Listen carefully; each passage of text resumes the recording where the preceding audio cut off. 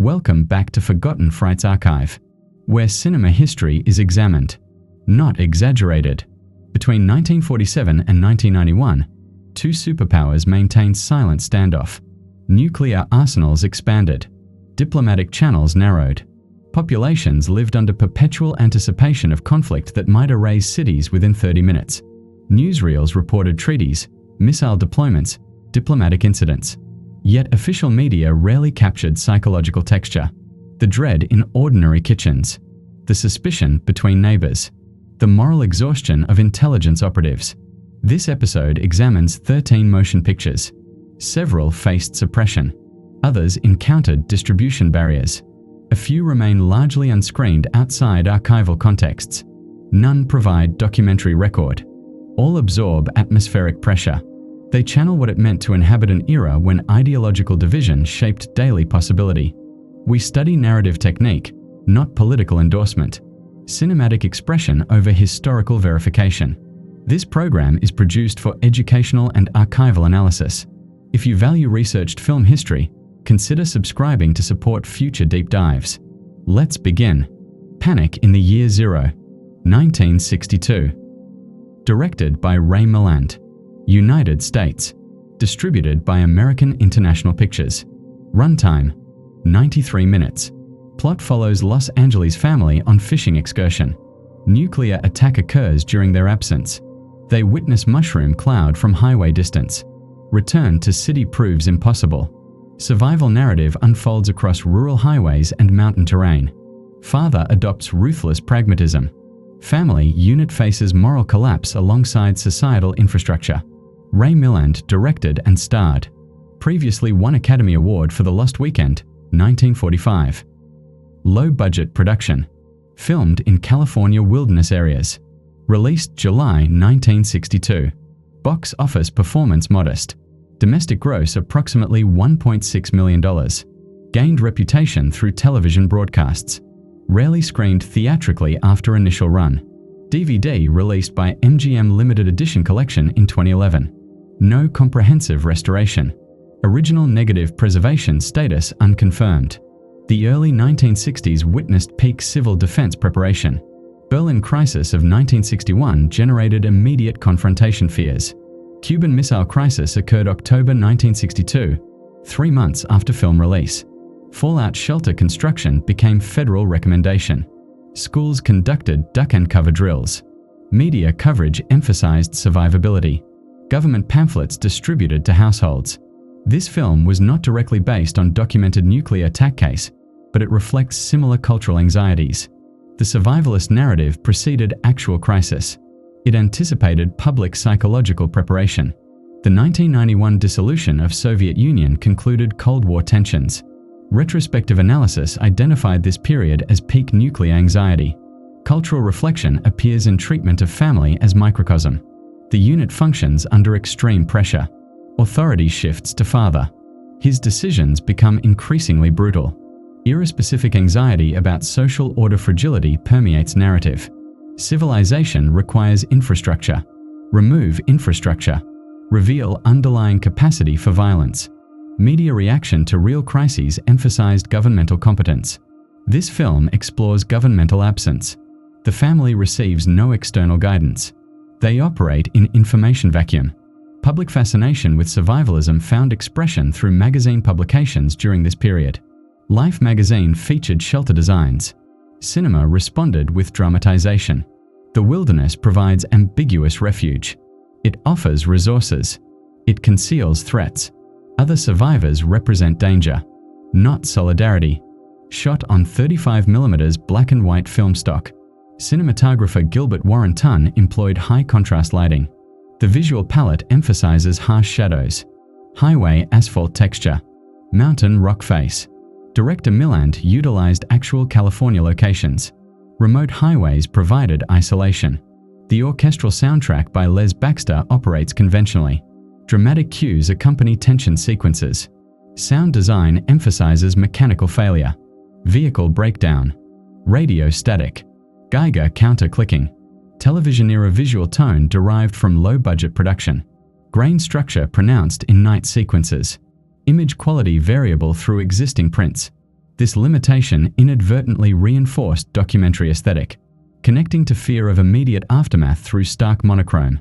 The camera remained static during family conferences, observing, not intervening. Released during summer season, competing against To Kill a Mockingbird and Lawrence of Arabia. Box office performance modest. American International Pictures specialized in exploitation marketing. Theatrical distribution limited to drive-in and regional houses.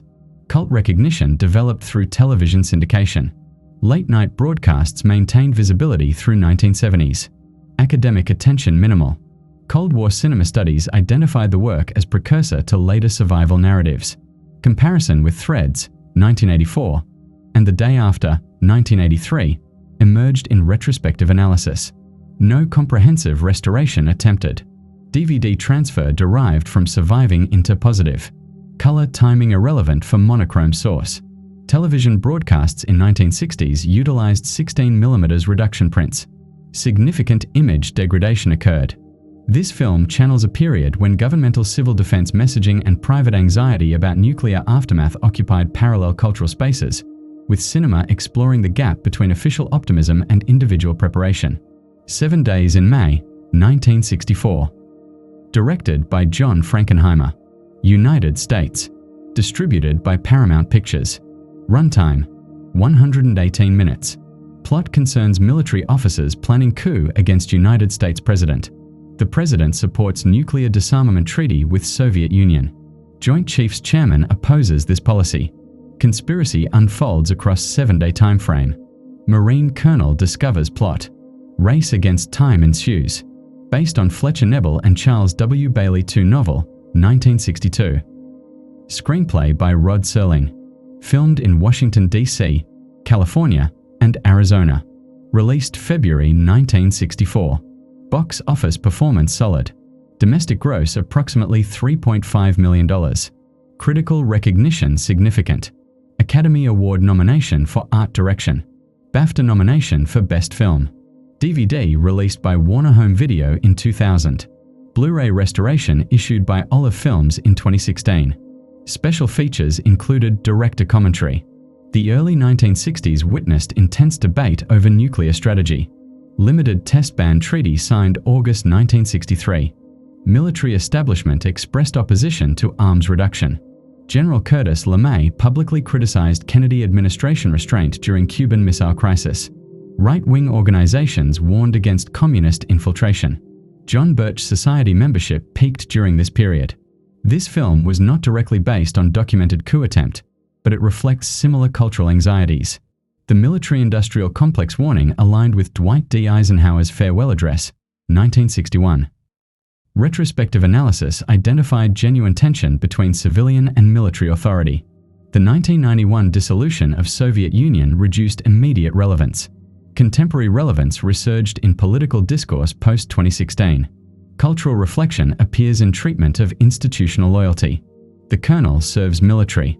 He discovers service betraying constitution. Era-specific anxiety about chain of command permeates narrative. Democracy requires civilian oversight. Military professionalism must submit to electoral outcome. Media reaction to real policy debates emphasized national security expertise. This film explores expertise as potential threat.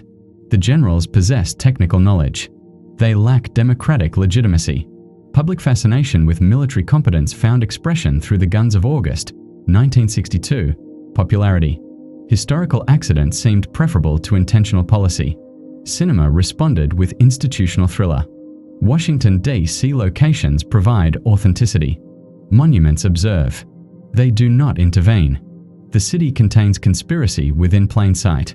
Shot on 35mm black and white film stock. Cinematographer Ellsworth Fredericks employed high-contrast lighting. The visual palette emphasizes institutional severity. Pentagon corridors. White House interiors. Desert military installations. Director Frankenheimer utilized actual Washington locations. Secret Service cooperation limited access. The orchestral soundtrack by Jerry Goldsmith operates with military precision. Snare drums accompany tension sequences.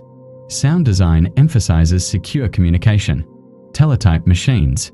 Encrypted telephone static. Classified document handling. Television-era visual tone derived from major studio production. Grain structure controlled. Image quality consistent through existing prints. This technical competence reinforced documentary aesthetic, connecting to fear of internal threat through visual authority. The camera moves deliberately through corridors, observing hierarchy, witnessing protocol. Released during winter season, competing against Dr. Strangelove and the Carpetbaggers. Box office performance respectable. Paramount Pictures provided wide distribution.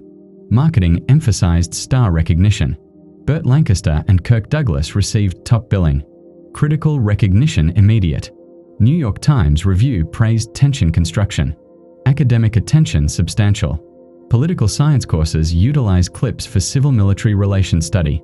No comprehensive restoration required before 2016. Olive Films transfer utilized surviving original negative. Black and white contrast optimized.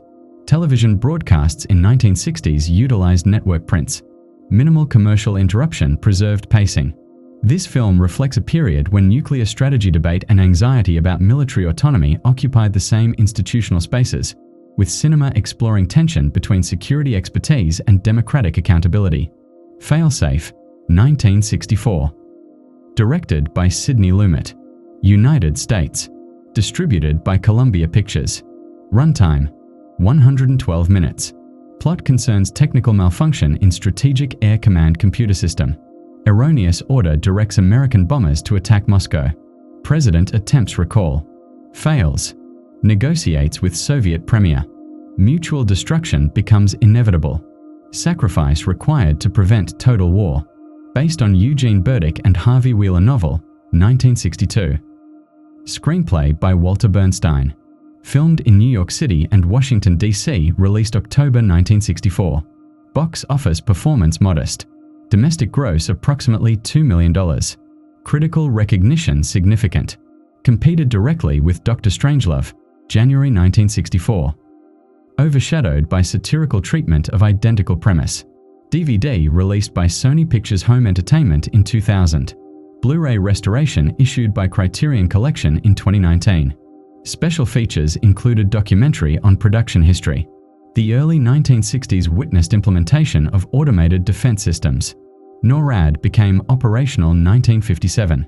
DW line radar stations monitored Soviet airspace. Computerized command and control expanded. 1961 Goldsboro B-52 crash revealed nuclear safety failures. 2 hydrogen bombs nearly detonated in North Carolina. Technical malfunction posed genuine catastrophic risk. This film was not directly based on documented accidental launch, but it reflects similar cultural anxieties. The 1962 Cuban Missile Crisis demonstrated communication breakdown between superpowers. Retrospective analysis identified numerous near-nuclear incidents during this period. The 1991 dissolution of Soviet Union reduced immediate relevance. Contemporary concern resurged regarding cyber warfare and automated systems. Cultural reflection appears in treatment of technology as liability. Systems designed for protection become threat. Era-specific anxiety about automation permeates narrative. Human judgment removed from chain of command. Machines execute. Men observe helplessly. Media reaction to real incidents emphasized procedural failure. This film explores procedural perfection as vulnerability. The system functions exactly as designed.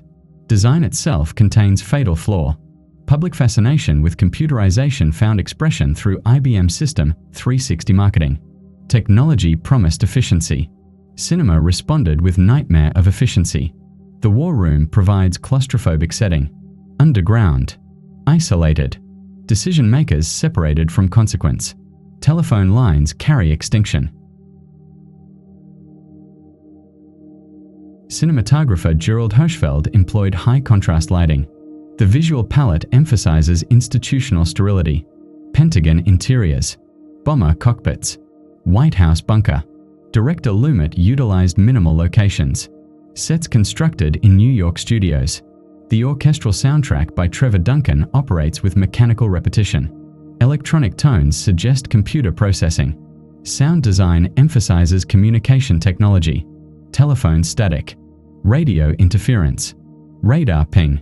Television-era visual tone derived from documentary influence composition. Static camera during crisis conferences. Image quality consistent through existing prints. This technical restraint reinforced procedural realism, connecting to fear of system failure through visual austerity. The camera observes faces in extreme close-up. Sweat. Tension. Moral exhaustion. Released 8 months after Dr. Strangelove. Identical premise treated with satire versus solemnity. Box office performance suffered from comparison. Columbia Pictures marketing emphasized dramatic distinction. Audiences preferred Kubrick's absurdist approach. Critical recognition divided. Some reviewers praised Lumet's earnestness. Others found treatment heavy-handed. Academic attention substantial. Political science courses utilized film for nuclear strategy discussion. Comparison with Dr. Strangelove became inevitable analytical framework. No comprehensive restoration required before 2019. Criterion Collection transfer utilized surviving original negative. Black and white contrast optimized. Television broadcasts in 1960s limited. Serious tone restricted network programming slots. This film channels a period when technological confidence and anxiety about automated destruction occupied parallel institutional spaces, with cinema exploring the fragility of systems designed to prevent exactly what they might cause. I Am Cuba, 1964. Directed by Mikhail Kalatozov. Soviet Union Cuba. Distributed by Mosfilm and ICAIC. Runtime: 141 minutes. Plot consists of 4 interconnected episodes. Cuban Revolution seen through multiple perspectives. Sugarcane worker exploited by American corporation. Student revolutionary murdered by police. Peasant family bombed by government aircraft. Rebel soldier joins Castro forces. Narrative arc moves from oppression to liberation. Soviet-Cuban co-production. Filmed in 1963 using Soviet technical resources. Director Kalatozov previously directed The Cranes Are Flying, 1957. Cinematography by Sergei Yurasevsky. Released in Soviet Union and Cuba 1964. Limited international distribution. Box office performance negligible outside socialist bloc. Withdrawn from circulation after Soviet-Cuban ideological split. Rediscovered by filmmakers Francis Ford Coppola and Martin Scorsese in 1990s. Restored version screened at Telluride Film Festival 1992. DVD released by Milestone Films in 2000. Blu-ray restoration issued by Milestone Cinematheque in 2018. Special features included documentary on production. The early 1960s witnessed consolidation of Cuban revolutionary government. Bay of Pigs invasion occurred April 1961. Cuban Missile Crisis concluded October 1962. United States maintained economic embargo. Soviet Union provided material support. Cultural diplomacy became ideological weapon. This film was not directly based on documented historical case, but it reflects similar cultural anxieties. The revolutionary narrative aligned with Soviet foreign policy objectives. Retrospective analysis identified technical achievement exceeding political message. The 1991 Soviet dissolution enabled critical reassessment. Contemporary relevance resurged in Latin American political discourse. Cultural reflection appears in treatment of landscape as revolutionary witness. The camera moves through terrain. It observes suffering. It celebrates resistance. Era-specific anxiety about American imperialism permeates narrative. The United States appears as exploitation. Economic. Military. Sexual. Media reaction to real revolution emphasized communist threat. This film explores threat from victim perspective. The revolution responds to violence.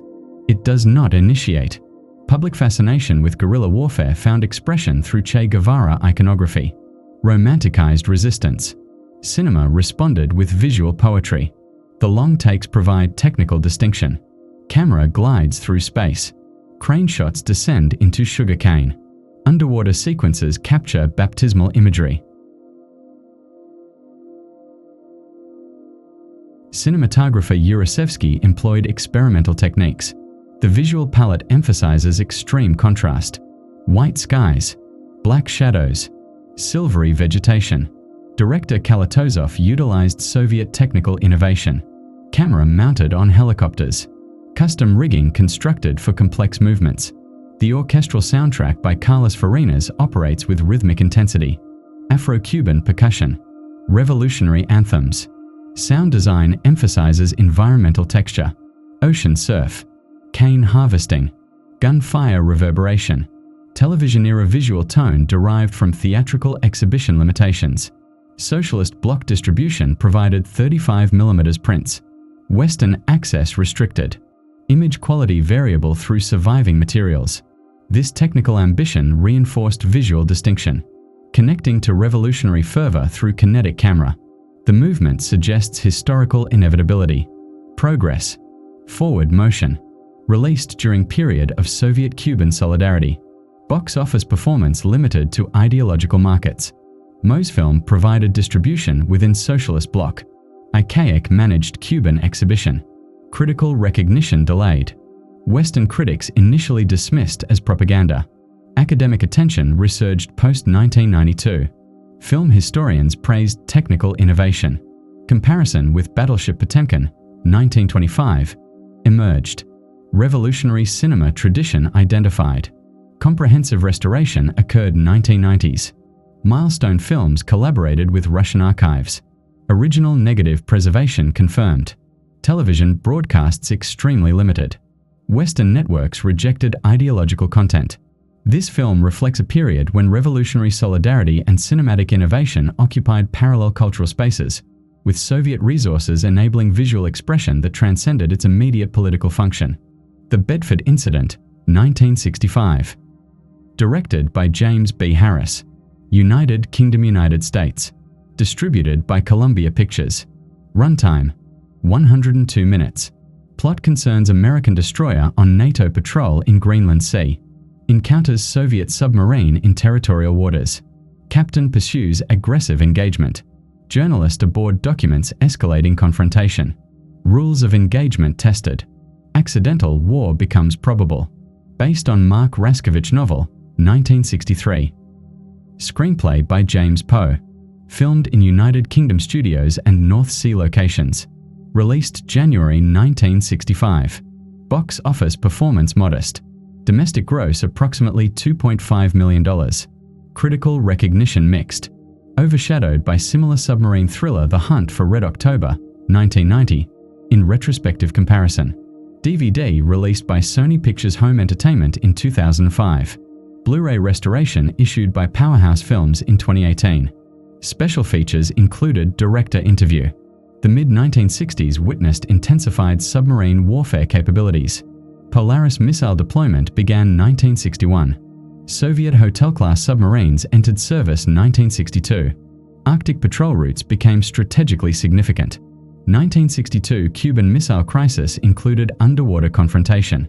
Soviet submarine B-59 nearly launched nuclear torpedo. Captain Vasily Arkhipov prevented escalation. NATO rules of engagement remained classified. This film was not directly based on documented naval incident, but it reflects similar cultural anxieties. The B-59 incident remained secret until 2002. Retrospective analysis identified numerous underwater near confrontations. The 1991 Soviet dissolution enabled archival release. Contemporary relevance resurged regarding Arctic territorial disputes. Cultural reflection appears in treatment of professional obsession. The captain pursues Soviet contact beyond tactical necessity. Personal vendetta overrides mission parameters. Era-specific anxiety about command authority permeates narrative. NATO alliance requires consultation. National command overrides collective decision. Media reaction to real incidents emphasized technical capability. This film explores capability without restraint. The destroyer possesses superior speed. Aggression becomes strategy. Public fascination with submarine warfare found expression through 20,000 Leagues Under the Sea, 1954, popularity. Underwater as hidden battlefield. Cinema responded with claustrophobic tension. The Arctic setting provides environmental hostility. Ice. Darkness. Isolation. Nature compounds technological danger. Cinematographer Gilbert Taylor employed high-contrast lighting. The visual palette emphasizes maritime severity. Steel hull texture. Radar screen glow. Iceberg silhouette. Director Harris utilized British studio facilities. Tight quarters constructed for destroyer interiors. The orchestral soundtrack by Philip Green operates with minimal orchestration. Electronic pulses suggest sonar detection. Sound design emphasizes mechanical environment. Engine throb. Depth charge preparation. Hydrophone static. Television-era visual tone derived from studio production values. Grain structure controlled. Image quality consistent through existing prints. This technical competence reinforced procedural realism, connecting to accidental war through visual restraint. The camera observes command decisions. Close-ups of fatigue. Stress. Impulse. Released during winter season competing against Goldfinger and My Fair Lady. Box office performance modest. Columbia Pictures provided limited marketing. Submarine genre lacked audience recognition. Critical recognition divided. Some reviewers praised tension construction. Others found treatment derivative of the Caine Mutiny, 1954. Academic attention minimal. Naval history courses occasionally utilize clips. Comparison with Crimson Tide, 1995, emerged in retrospective analysis. No comprehensive restoration required before 2018. Powerhouse Films transfer utilized surviving interpositive. Black and white contrast optimized. Television broadcasts in 1960s limited. Serious tone restricted network programming slots. This film channels a period when NATO alliance tension and anxiety about command autonomy occupied parallel maritime spaces, with cinema exploring the fragility of rules designed to prevent exactly what aggressive pursuit might cause. The Spy Who Came In from the Cold, 1965. Directed by Martin Ritt. United Kingdom. Distributed by Paramount Pictures. Runtime, 112 minutes. Plot concerns British intelligence operative recalled from Berlin fieldwork. Assigned final mission in East Germany. Must defect to appear genuine. Complex deception unfolds. Moral compromise accumulates.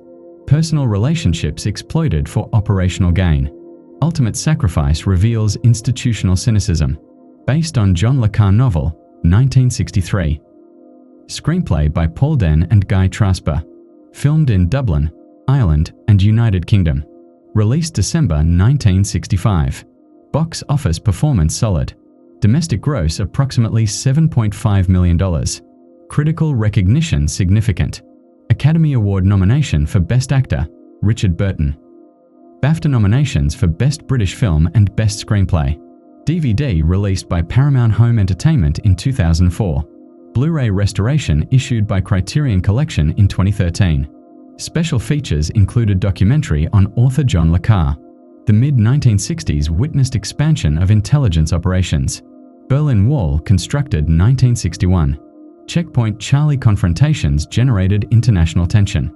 Kim Philby defection to Soviet Union confirmed 1963. British intelligence credibility damaged. Intelligence community morale questioned publicly. This film was not directly based on documented operational case, but it reflects similar cultural anxieties. The Cambridge 5 espionage network remained partially concealed. Retrospective analysis identified widespread institutional betrayal. The 1991 Soviet dissolution enabled limited archival access. Contemporary relevance resurged regarding intelligence ethics in democratic societies. Cultural reflection appears in treatment of loyalty as liability. The operative serves without illusions.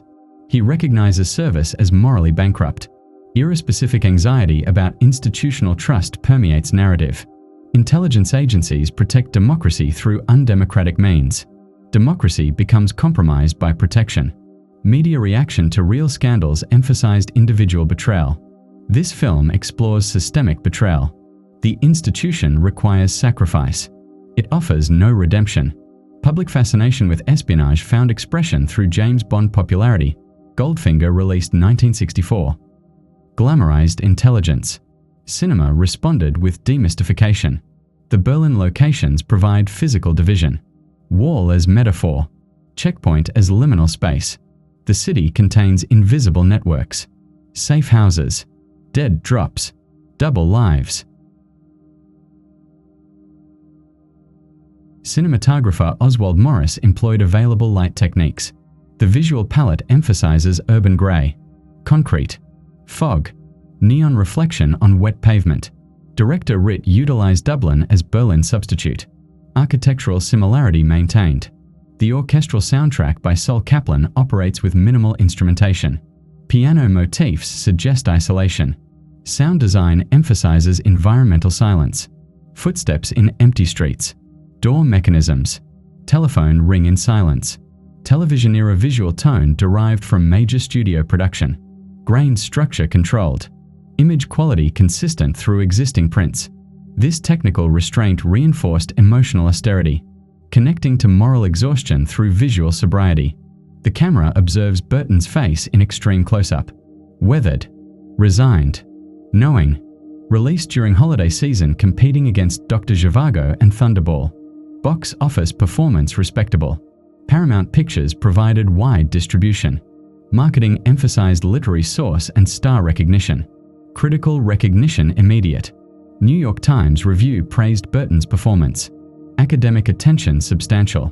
Literature courses utilized film for adaptation study. Comparison with Bond franchise became inevitable analytical framework.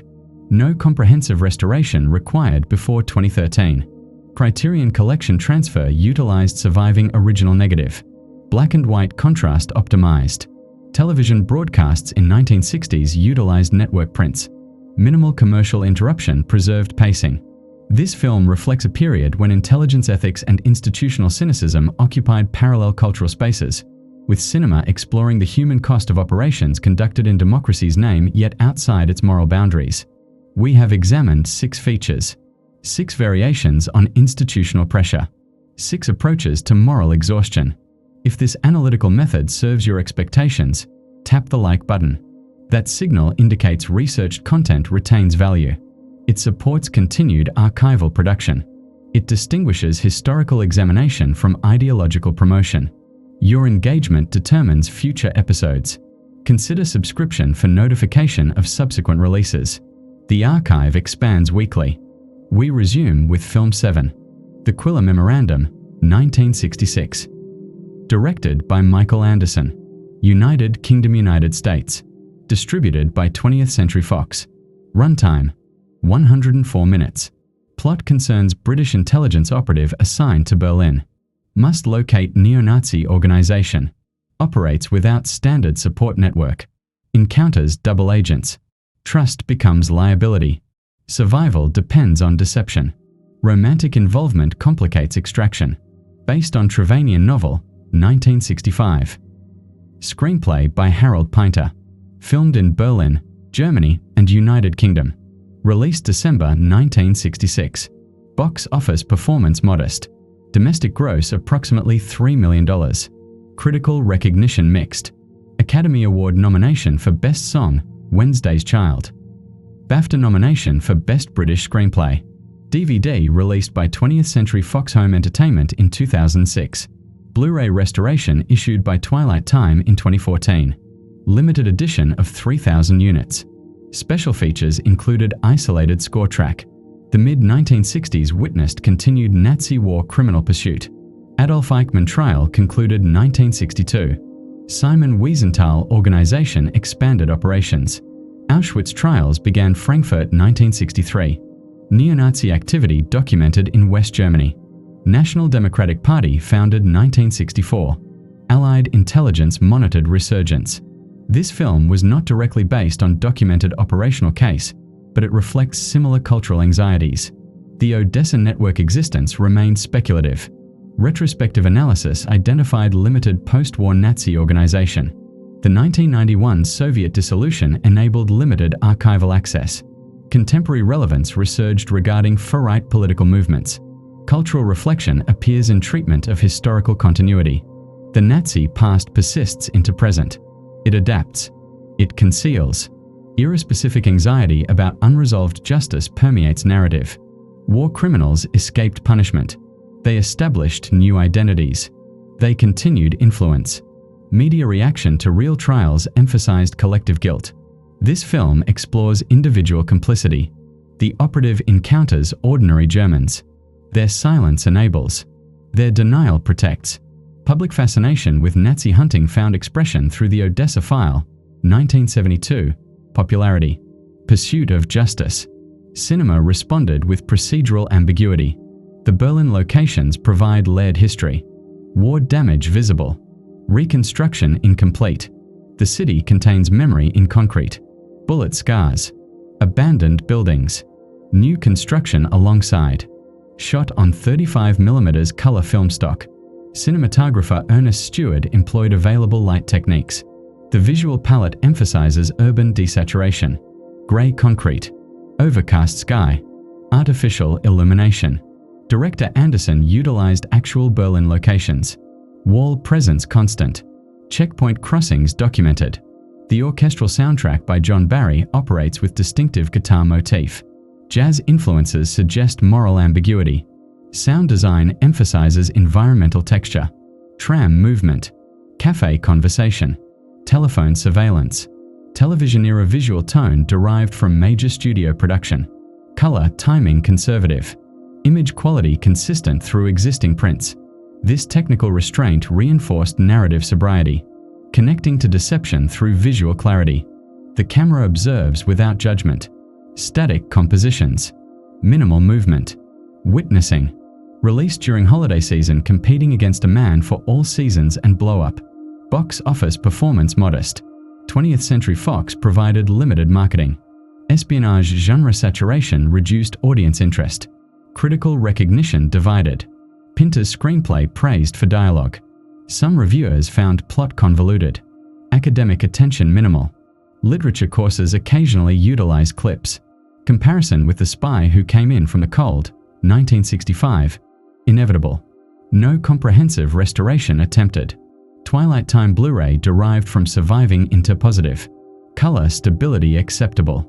Limited availability increased collector value. Television broadcasts in 1960s restricted. Network preference for less ambiguous content. This film channels a period when Nazi legacy and intelligence operational necessity occupied parallel historical spaces, with cinema exploring the difficulty of confronting past atrocities while maintaining present alliances. The Battle of Algiers, 1966. Directed by Gillo Pontecorvo. Italy, Algeria. Distributed by Rizzoli RCS Casbah Films. Runtime: 121 minutes. Plot concerns Algerian independence struggle against French colonial rule. Focuses on 1954 to 1957 urban guerrilla campaign. National Liberation Front operations in Casbah district. French military response including torture and counterterrorism. Sympathetic portrayal of insurgency without romanticization. Based on memoir by Sadi Youssef, FLN military commander. Screenplay by Gillo Pontecorvo and Franco Salinas. Filmed in Algiers, Algeria. Released September 1966. Box office performance significant in France and Italy. Domestic French gross approximately $2.5 million. Critical recognition substantial. Academy Award nominations for Best Director, Best Screenplay, Best Foreign Language Film. Venice Film Festival Golden Lion winner. DVD released by Criterion Collection in 2004. Blu-ray restoration issued by Criterion in 2011. Special features included documentary on production and historical context. The mid-1960s witnessed intensified decolonization conflicts. Algerian War concluded 1962. Evian Accords established independence. Charles de Gaulle presidency navigated withdrawal. Organization Army Secrète opposed settlement. Right-wing terrorism continued in France. Cold War superpowers monitored regional influence. This film was not directly based on documented military case, but it reflects similar cultural anxieties. The French-Algerian conflict resulted in 300,000 to 400,000 deaths. Retrospective analysis identified systematic torture by French military. The 1991 Soviet dissolution reduced superpower competition for African influence. Contemporary relevance resurged regarding counterinsurgency doctrine. Cultural reflection appears in treatment of urban warfare as political struggle. The Casbah becomes battlefield. Ordinary spaces transform. Markets, cafes, apartments. Era-specific anxiety about colonial legitimacy permeates narrative. France claims civilizing mission. Methods contradict claims. Media reaction to real conflict emphasized terrorist violence. This film explores structural violence, poverty, segregation, political exclusion. Public fascination with guerrilla warfare found expression through Che Guevara iconography. Third World liberation. Cinema responded with documentary aesthetic. The newsreel style provides distinctive approach. Black and white cinematography. Location shooting. Non-professional actors. Political content presented as observed reality. Cinematographer Marcello Gatti employed handheld camera techniques. The visual palette emphasizes documentary realism. High contrast. Available light. Grain texture. Director Pontecorvo utilized actual Algiers locations. Kasbah district provided authentic setting. FLN Commander Yasef portrayed himself. The orchestral soundtrack by Ennio Morricone and Gillo Pontecorvo operates with minimalist repetition. Indigenous percussion. Military drums. Sound design emphasizes urban environment. Crowd movement. Market activity. Explosion reverberation. Television-era visual tone derived from newsreel aesthetic. Static camera during violence. Rapid movement during pursuit. Image quality consistent through existing prints. This technical choice reinforced authenticity claim. Connecting to insurgency through visual immediacy. The camera participates in action. It does not observe from distance. Released during period of global decolonization. Box office performance strong in Europe. French distribution controversial. Government pressure attempted censorship. Critical recognition immediate. New York Times review praised political courage. Academic attention substantial. Political science courses utilized film for insurgency study. Military training programs screened for counterinsurgency education. Comparison with Pontecorvo's later Queimada, 1969, emerged. Comprehensive restoration occurred 2000s. Criterion Collection collaborated with Italian archives. Original negative preservation confirmed. Television broadcasts in 1960s restricted. French networks avoided controversial content. This film reflects a period when decolonization violence and documentary authenticity occupied parallel cinematic spaces, with Italian neorealist technique applied to political struggle that challenged imperial assumptions. The Sand Pebbles, 1966. Directed by Robert Wise. United States. Distributed by 20th Century Fox. Runtime, 182 minutes. Plot concerns American sailor assigned to gunboat patrolling Yangtze River, China, 1926. Engineering expertise required for obsolete vessel. Tension between American crew and Chinese population. Nationalist uprising threatens foreign presence. Personal relationships develop across cultural boundaries. Military intervention proves futile. Based on Richard McKenna novel, 1962. Screenplay by Robert Anderson. Filmed in Taiwan and Hong Kong. Production spanned 10 months. Released December 1966. Box office performance solid. Domestic gross approximately $14 million. Critical recognition significant. Academy Award nominations for Best Picture, Best Actor, Steve McQueen, Best Supporting Actor, Marco, Best Cinematography, Best Art Direction, Best Film Editing, Best Original Score, Best Sound. DVD released by 20th Century Fox Home Entertainment in 2001. Blu-ray restoration issued by Twilight Time in 2013. Limited edition. Special features included director commentary and isolated score. The mid-1960s witnessed escalation of American military involvement in Asia. Vietnam War troop levels increased 1965. Operation Rolling Thunder bombing campaign ongoing. Gulf of Tonkin Resolution, 1964. Expanded presidential authority. China remained hostile to American presence. Cultural Revolution began 1966. Sino-Soviet split complicated communist bloc alignment. This film was not directly based on documented military case, but it reflects similar cultural anxieties. The Yangtze River Patrol concluded 1941. Historical distance enabled critical perspective. Retrospective analysis identified parallel between 1926 China and 1966 Vietnam. The 1991 Soviet dissolution reduced immediate relevance. Contemporary resonance regarding American interventionism resurged post-2001. Cultural reflection appears in treatment of technological superiority as moral limitation. The gunboat represents American power. It cannot achieve political objectives. Era-specific anxiety about military intervention permeates narrative. Force available. Wisdom absent. Media reaction to real conflict emphasized tactical success. This film explores strategic failure. The sailors maintain vessel. They do not understand context. Public fascination with Asian exoticism found expression through the world of Susie Wong, 1960, popularity. Romantic Orientalism. Cinema responded with critical examination. The Taiwan locations provide authentic geography. River systems. Coastal terrain.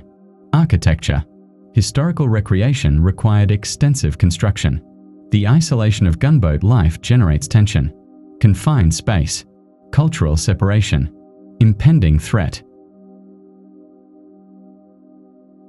Cinematographer Joseph MacDonald employed widescreen composition. The visual palette emphasizes naturalistic color. River brown. Vegetation green. Sky gray. Director Wise utilized actual Asian locations. Taiwan substituted for 1926 China. The orchestral soundtrack by Jerry Goldsmith operates with Orientalist motifs. Western orchestra with Asian instrumentation. Sound design emphasizes mechanical environment. Steam engine. Paddle wheels. Boiler pressure. Television-era visual tone derived from roadshow exhibition. 70mm projection in select markets. Image quality emphasized spectacle. This technical competence reinforced historical epic convention, connecting to futility through visual grandeur. The camera observes McQueen's isolation. Engine room confinement. Technical competence. Social distance. Released during holiday season competing against A Man for All Seasons and Who's Afraid of Virginia Woolf? Box office performance respectable. 20th Century Fox provided wide distribution. Marketing emphasized McQueen's star power and epic scale. Critical recognition substantial. Academy Award nominations confirmed prestige. Academic attention moderate. Film historians noted Wise's craftsmanship. Comparison with Lawrence of Arabia, 1962. Inevitable. No comprehensive restoration required before 2013. Twilight Time Blu-ray derived from surviving interpositive. Color stability acceptable. Limited availability increased collector value. Television broadcasts utilized pan and scan format. Widescreen composition compromised. This film channels a period when Asian intervention and historical parallel occupied parallel cultural spaces, with cinema exploring the gap between military capability and political understanding that would define subsequent American conflicts. Brief Encounters, 1967. Directed by Kira Muratova. Soviet Union. Distributed by Ukrainska Studia Khudozhnik Filmiv, Dovzhenko Film Studios. Runtime, 96 minutes. Plot concerns two women in provincial Ukrainian city. One, intellectual, works as museum guide. Other, working class, serves as housemaid. Both experience romantic disappointment. Narrative alternates between their perspectives. Social hierarchy complicates friendship. Emotional isolation persists despite ideological promise of collective solidarity. Original title, Korotky v. Straikai. Filmed in Odessa, Ukrainian SSR. Director Muratova's feature debut. Co-written with husband Alexander Muratov. Released limitedly within Soviet Union 1967. Banned shortly after release. Official criticism cited ideological harmfulness and absence of positive heroes. Suppressed until Perestroika period. Rediscovered 1987. International premiere Cannes Film Festival 1988. DVD released by Iskustvo Kino, Russian edition, 2006. No official North American Blu-ray. Archival screenings only. The mid-1960s witnessed tightening of Soviet cultural control. Khrushchev thaw concluded 1964. Brezhnev consolidation emphasized ideological conformity. 1966 Sinyavsky Daniel trial prosecuted writers for anti-Soviet agitation. Cultural bureaucracy expanded surveillance. Ukrainian cinema subjected to Moscow oversight. This film was not directly based on documented political case, but it reflects similar cultural anxieties. The suppression demonstrated systemic intolerance for psychological realism. Retrospective analysis identified Muratova as major Soviet auteur. The 1991 Soviet dissolution enabled international recognition. Contemporary relevance regarding authoritarian cultural control resurged post-2014. Cultural reflection appears in treatment of private emotion as political statement. The women's disappointment cannot be collectivized. Their loneliness persists despite social guarantees. Era-specific anxiety about ideological suffocation permeates narrative. Communist promise included emotional fulfillment. Reality provided material security. Spiritual emptiness remained. Media reaction to real dissidents emphasized political opposition. This film explores existential dissidence. No manifestos. No demonstrations. Simply unhappiness. Public fascination with Soviet daily life found expression through Moscow does not believe in tears. 1980. Popularity. Official optimism. Cinema responded with unofficial truth. The Odessa locations provide specific geography. Provincial architecture. Public spaces. Private apartments. Social hierarchy visible in spatial arrangement. Cinematographer Gennady Karyak employed available light techniques. The visual palette emphasizes tonal gray, overcast sky, interior shadow, emotional desaturation. Director Muratova utilized actual Odessa locations. Non-professional actors alongside established performers. Nina Ruslanova in debut role. The minimalist soundtrack by Oleg Karavaychuk operates with piano fragments. Diegetic music only. Sound design emphasizes environmental silence. Footsteps. Door closures. Uncomfortable pauses. Television-era visual tone derived from limited distribution. No original broadcast. Underground circulation via 16mm prints. Image quality variable through surviving materials. This technical limitation reinforced authenticity, connecting to emotional truth through aesthetic restraint. The camera observes faces in extended close-up. Waiting, reacting, suppressing. Released during period of cultural restriction. Box office performance negligible. Official withdrawal prevented wide exhibition. Cult recognition developed through samizdat circulation. Film society screenings maintained underground reputation. Academic attention resurged post-1987. Film historians identified Muratova's distinctive voice. Comparison with Chantal Ockerman and Marguerite Duras emerged. No comprehensive restoration attempted. Existing prints derived from surviving 35mm elements. Color timing irrelevant for monochrome source. Television broadcasts non-existent during Soviet period. Western access limited to archival exhibition. This film reflects a period when private emotion and ideological expectation occupied parallel Soviet spaces, with cinema exploring the cost of collective promise paid through individual isolation. The Night of the Living Dead, 1968. Directed by George A. Romero. United States. Distributed by Continental Distributing. Runtime, 96 minutes. Plot concerns group of strangers trapped in rural Pennsylvania farmhouse. Unexplained phenomenon causes recently deceased to reanimate. Assault on structure becomes siege. Internal conflict proves as dangerous as external threat. Survival attempts fail. Final sequence subverts audience expectation. Filmed in Evans City, Pennsylvania. Budget approximately $114,000. Shot on 35mm black and white film stock. Director Romero's feature debut. Released October 1968. Box office performance extraordinary. Domestic gross approximately $12 million internationally. Critical recognition delayed. Initial reviews dismissed as exploitation. Retrospective reassessment identified masterpiece status. Selected for preservation by National Film Registry 1999. DVD released by Elite Entertainment 1998. Blu-ray restoration issued by Criterion Collection 2018. Special features included documentary on production and historical context. The late 1960s witnessed intensified social fragmentation. Assassination of Martin Luther King Jr. April 1968. Assassination of Robert F. Kennedy June 1968. Chicago Democratic Convention police violence August 1968. Vietnam War casualties exceeded 30,000 American deaths. Television brought combat footage into domestic space. Civil society appeared under assault. This film was not directly based on documented historical case, but it reflects similar cultural anxieties. The Pittsburgh region experienced industrial decline. Retrospective analysis identified connection between economic abandonment and rural setting. The 1991 Soviet dissolution reduced nuclear tension. Contemporary relevance resurged regarding institutional collapse and pandemic response. Cultural reflection appears in treatment of domestic space as indefensible. The farmhouse represents American security. It fails completely. Era-specific anxiety about social order permeates narrative. Authority figures prove incompetent. Family bonds dissolve. Media provides no reliable information.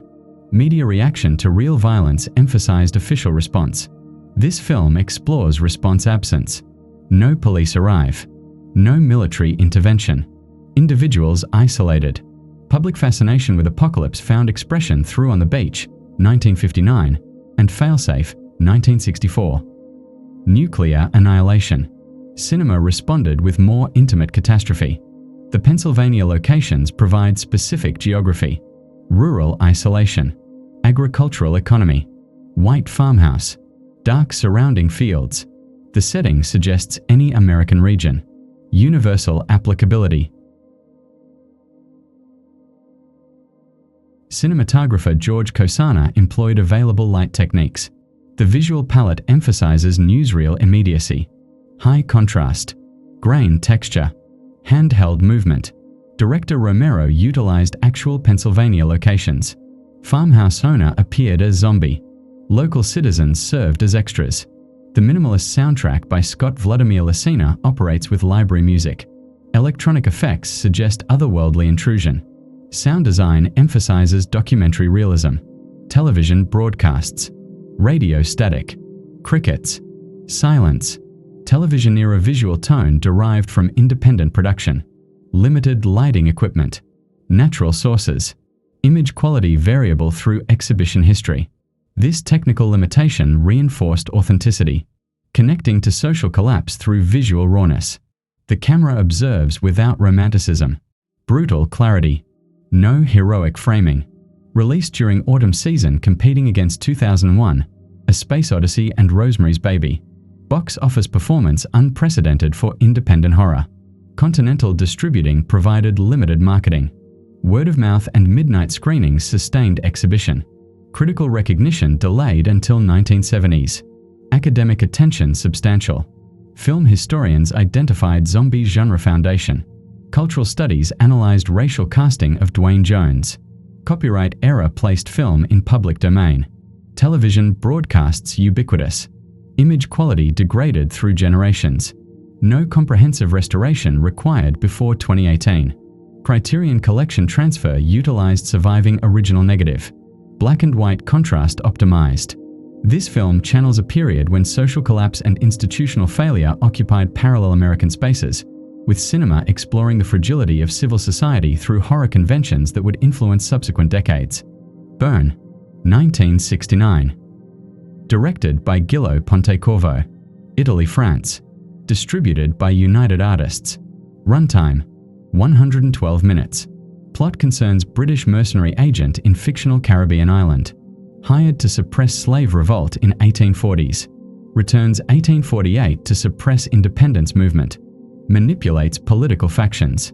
Creates conditions for economic exploitation. Revolution succeeds despite intervention. Agent eliminated as liability. Original title, Queimada. Filmed in Cartagena, Colombia, and Morocco. Director Pontecorvo's follow-up to the Battle of Algiers, 1966. Screenplay by Franco Salinas and Giorgio Alorio. Score by Ennio Morricone. Released December 1969. Box office performance modest. Domestic gross approximately $3 million. Critical recognition significant. Marlon Brando received top billing. Demanded significant salary. Reduced budget for other production elements. DVD released by MGM Home Entertainment 2005. Blu-ray restoration issued by Criterion Collection 2013. Special features included director interview and historical context documentary. The late 1960s witnessed intensified focus on Third World liberation. Cuban Revolution consolidated 1959 to 1969. Vietnam War demonstrated limits of intervention. CIA operations in Latin America expanded. Operation Condor coordination began 1968. Brazilian military coup 1964 maintained US support. Economic neocolonialism replaced direct colonial rule. This film was not directly based on documented historical case, but it reflects similar cultural anxieties. The Haitian Revolution, 1791 to 1804, provided partial inspiration. British Caribbean colonial history informed narrative. Retrospective analysis identified parallel with Vietnam War escalation. The 1991 Soviet dissolution reduced superpower competition. Contemporary relevance resurged regarding interventionism and blowback. Cultural reflection appears in treatment of imperialism as corporate strategy. The agent serves economic interests, not national policy. Sugar production determines political manipulation. Era-specific anxiety about capitalist exploitation permeates narrative. Revolution threatens supply chains. Intervention protects profit margins. Media reaction to real interventions emphasized communist containment. This film explores economic motivation. Ideology masks commerce. Public fascination with mercenary warfare found expression through The Dogs of War, 1980. Popularity. Private military force.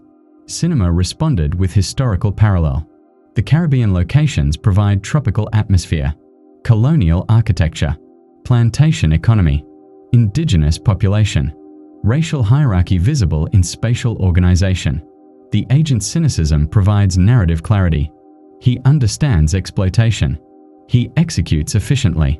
Cinematographer Marcelo Gatti employed high-contrast lighting. The visual palette emphasizes tropical saturation. Green vegetation. Blue ocean. White colonial structures. Director Ponte Corvo utilized actual Colombian locations. Morocco provided additional terrain. The orchestral soundtrack by Ennio Morricone operates with revolutionary motifs. Choral elements suggest collective voice. Sound design emphasizes environmental texture. Ocean surf. Plantation labor. Gunfire reverberation. Television-era visual tone derived from major studio production. Color timing emphasized heat. Image quality consistent through existing prints. This technical competence reinforced political epic convention, connecting to intervention through visual grandeur. The camera observes Brando's calculation. Strategic positioning. Emotional manipulation. Final disposal. Released during holiday season competing against Easy Rider and Butch Cassidy and the Sundance Kid. Box office performance modest. United Artists provided limited marketing. Political content restricted audience appeal. Marlon Brando's salary exceeded $1 million. Reduced funds for location shooting. Critical recognition divided. Some reviewers praised political courage. Others found treatment didactic. Academic attention substantial. Political science courses utilized film for neo-colonialism study. Comparison with the Battle of Algiers inevitable. No comprehensive restoration required before 2013. Criterion Collection transfer utilized surviving original negative. Color stability optimized. Television broadcasts in 1970s limited. Political content restricted network programming. This film reflects a period when imperial decline and economic neocolonialism occupied parallel historical spaces, with cinema exploring the continuity between 19th century slavery and 20th century intervention through mercenary agency. The Ascent, 1977. Directed by Larissa Shepitko. Soviet Union. Distributed by Mosfilm. Runtime, 111 minutes. Plot concerns two Soviet partisans in Nazi-occupied Belarus, 1942. Mission to procure food from collaborator village. Captured by German forces. Interrogation sequences dominate second half. One resists torture. Other collaborates to survive. Execution becomes transcendence for resistant. Betrayal becomes damnation for collaborator. Original title, Voskosdenie. Based on novel by Vasily Bykov. Filmed in Murom, Vladimir Oblast, Soviet Union. Director Shepitko's final completed film. Released April 1977. Box office performance limited within Soviet Union. Critical recognition immediate. Golden Bear winner Berlin International Film Festival 1977. Academy Award nomination Best Foreign Language Film. Director Shepitko died 1979 in automobile accident. Age 41. DVD released by Criterion Collection 2008. Blu-ray restoration issued by Criterion 2021. Special features included documentary on director's career and legacy. The late 1970s witnessed Soviet commemoration of Great Patriotic War. Victory Day rituals consolidated. Brezhnev era emphasized historical legitimacy. Soviet dissident movement persisted despite suppression. Helsinki Accords 1975 monitored human rights. Jackson-Varnick Amendment restricted trade. Soviet cultural production navigated ideological requirements. This film was not directly based on documented historical case, but it reflects similar cultural anxieties. The Bykov novel provided literary foundation. Partisan warfare in Belarus resulted in massive civilian casualties. Retrospective analysis identified spiritual dimension unusual in Soviet war cinema. The 1991 Soviet dissolution enabled international recognition. Contemporary relevance regarding moral choice under totalitarianism resurged. Cultural reflection appears in treatment of suffering as spiritual trial. The partisans face not military defeat. Moral testing. Their responses determine eternal consequence. Era-specific anxiety about moral compromise permeates narrative. Soviet ideology promised historical progress. Individual choice remained decisive. Media reaction to real war commemoration emphasized collective sacrifice. This film explores individual salvation. The resistant achieves transcendence. The collaborator experiences isolation. Public fascination with wartime choice found expression through the Diary of Anne Frank popularity. Moral witness. Cinema responded with orthodox Christian imagery. Snow-covered landscape. Iconic composition. Stations of the Cross. The Belarus winter provides purgatorial setting. Cold. White. Silent. Nature reflects moral clarity. Cinematographer Vladimir Chuknov employed high-contrast lighting. The visual palette emphasizes stark white. Snow. Skin. Sky. Black shadows. Director Shepitko utilized actual Russian winter. Temperatures below -30 degrees Celsius. Physical suffering of actors documented. The minimalist soundtrack by Alfred Schnittke operates with sacred music quotations. Orthodox liturgy. Bach chorales. Sound design emphasizes environmental hostility. Wind. Snow crunch. Silence of frozen landscape. Television-era visual tone derived from limited distribution. Soviet television avoided spiritual content. Western access restricted to festival exhibition. Image quality preserved through Mosfilm archives. This technical mastery reinforced emotional intensity, connecting to transcendence through visual asceticism. The camera observes faces in extremis. Light from below. Iconic framing. Martyrdom. Released during period of Soviet cultural stagnation. Box office performance limited. Mosfilm provided distribution within socialist bloc. International recognition immediate. Berlin Film Festival Golden Bear confirmed prestige. Critical recognition substantial. Western critics compared to Dreyer and Bresson. Academic attention extensive. Film historians identified Shepitko as major Soviet auteur. Feminist analysis emphasized female director in male genre. No comprehensive restoration required before 2008. Criterion Collection transfer utilized surviving original negative. Black and white contrast optimized. Television broadcasts extremely limited. Spiritual content restricted Soviet programming. This film channels a period when historical commemoration and spiritual inquiry occupied parallel Soviet spaces, with cinema exploring moral choice through suffering that transcends ideology and speaks to universal human experience. Share this episode with someone who remembers late-night broadcasts of forbidden cinema. Preservation of film history requires active transmission. These works traveled through suppression, through neglect, through rediscovery. They reached this moment through collective effort. Your participation continues that circulation. For deeper investigations into suppressed cinema and cultural history, explore the channel library. Additional episodes examine similar themes across different geopolitical contexts. Your engagement sustains this work. Subscription ensures notification of future releases. Preservation of film history requires active viewership. Join the archive community.